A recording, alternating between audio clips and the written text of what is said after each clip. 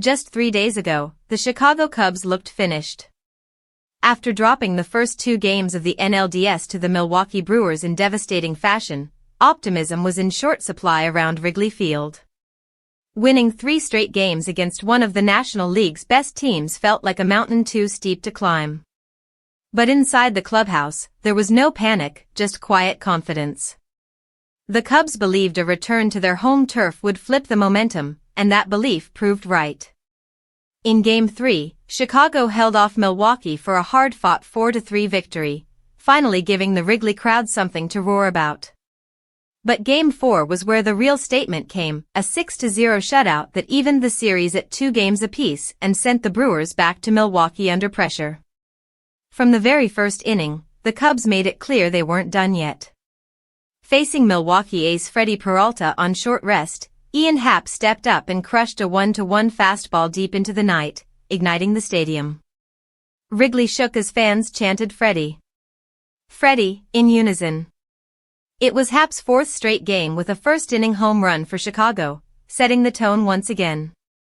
For once, the Cubs didn't let up. Their offense kept Milwaukee under constant pressure, forcing Peralta to throw 84 pitches in just 4 innings. They put runners on base in 6 of 8 frames and scored in half of them. Manager Craig Counsell praised his team's resilience, saying they fought their way back into this series and earned the right to pack their bags for a decisive Game 5. The scoring didn't stop with Happ's early blast. In the 6th inning, Matt Shaw's RBI single extended the lead to 4-0, and then Kyle Tucker and Michael Busch added solo homers in the late innings to seal the win.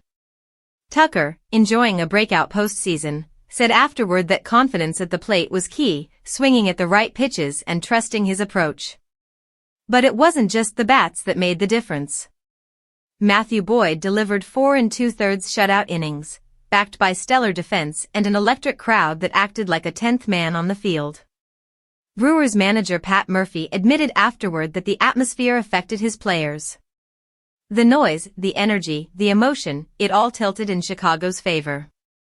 As the Cubs head back to Milwaukee for a winner-take-all Game 5, the momentum has completely shifted. The Brewers landed 2 early punches, but the Cubs hit back harder. Now the series is down to 1 game to decide who moves on to face the Dodgers in the NLCS. Counsell and his team aren't worried about who takes the mound, they've already done the hardest part. They've fought back from the brink, reignited a city, and given themselves a chance to finish the comeback. As Counsell said with a grin, "We get to pack our bags, man. That's all we wanted to do today, pack our bags."